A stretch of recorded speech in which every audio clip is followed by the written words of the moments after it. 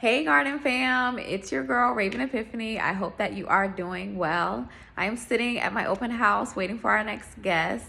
And, I was just thinking, and this thought came to me from the Lord, that there is power in authenticity. I've talked about authenticity a little bit in the past, but, what came to mind was David.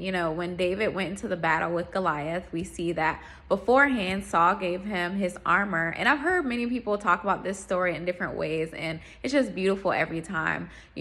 Saul gave David his armor. David tried it on. He tried to, move around in it, and he was like, yeah, this does not work for me. And so he laid down, Saul's armor and picked up what he knew, a slingshot and a rock, and he ended up winning that battle against Goliath. And really, it didn't even end up being much of a battle. He stepped in the ring and killed it, and that's it.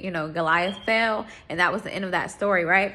If David had tried to go into that wearing Saul's armor, in which he did not fit, in which he was not used to, in which it did not align with, how David was used to fighting, and more so how David was wired to fight, he probably would have lost the battle. He definitely wouldn't have had as easy of a defeat, as easy of a victory as he had. And so I ask you, what armor are you wearing that's not yours? And how can you show up more authentically today? Because there is power and authority in our authenticity. We can only walk in our authority when we walk in the ways in which God created and wired us to do so. And so if you don't know what that looks like, then today is a perfect day to sit with the Lord and ask him about it, to sit with the Lord and let him reveal it to you. And I believe that, he reveals different parts of ourselves, to us as we continue this journey with him, as we get to know him more. He, uncovers more about ourselves because we were made in his image. And so walk in authenticity today, whatever that looks like. Don't try to do